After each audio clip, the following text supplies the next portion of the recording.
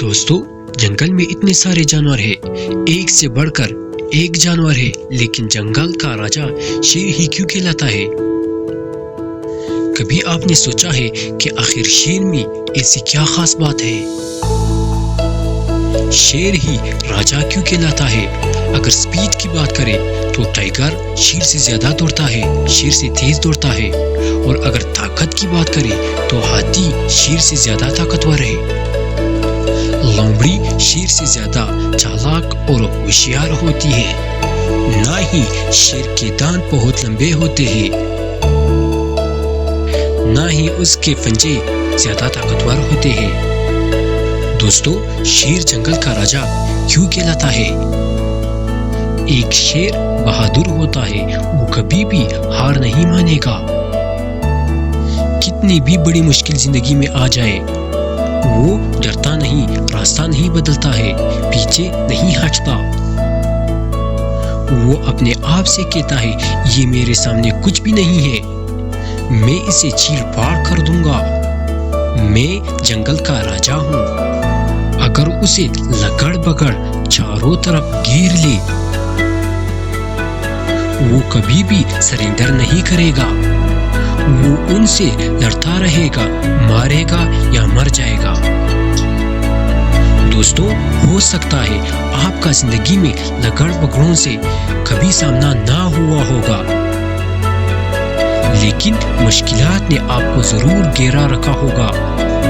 ایک کے بعد ایک مشکل آپ کی زندگی میں آ رہی ہوگی، تو آپ نے ایک شیر کی طرح بہادری سے لڑنا ہوگا ان مشکلات سے، کبھی بھی ہار نہ ماننا، کبھی بھی ان مشکلات کے آگے سر نہ جھکانا۔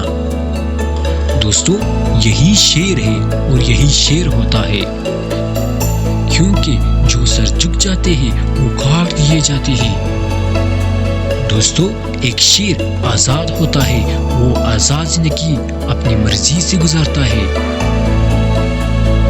وہ کسی سے ڈرتا نہیں ہے، تم اسے ڈرا نہیں سکتے، وہ تمہیں ڈرائے گا، تم اسے لیڈ نہیں کر سکتے، وہ تمہیں لیڈ کرے گا۔ وہ زندگی اپنی مرضی سے گزارتا ہے، کسی کا خوف نہیں کرتا۔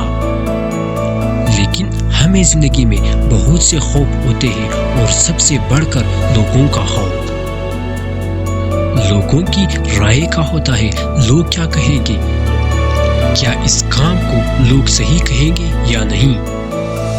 ہم ساری زندگی لوگوں کے بارے میں سوچتے رہتے ہیں، ہم کوئی کام کرے تو وہ ہمیں تب صحیح لگتا جب اس کام کی لوگ تعریف کریں۔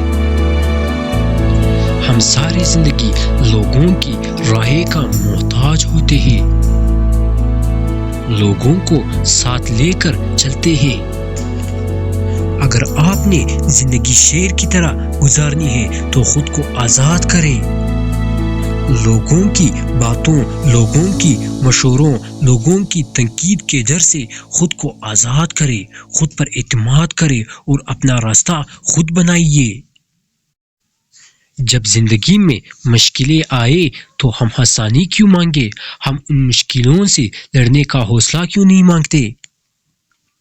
دوستو یہ میٹر نہیں کرتا کہ مشکل زیادہ بڑی ہے یا آپ زیادہ طاقتور ہو، میٹر یہ کرتا ہے کہ کیا آپ کے اندر اس مشکل کا سامنا کرنے کا ہمت ہے، اس سے ٹکرا جانے کا ہمت ہے، اور دوستو یہی شیر کہلاتا ہے۔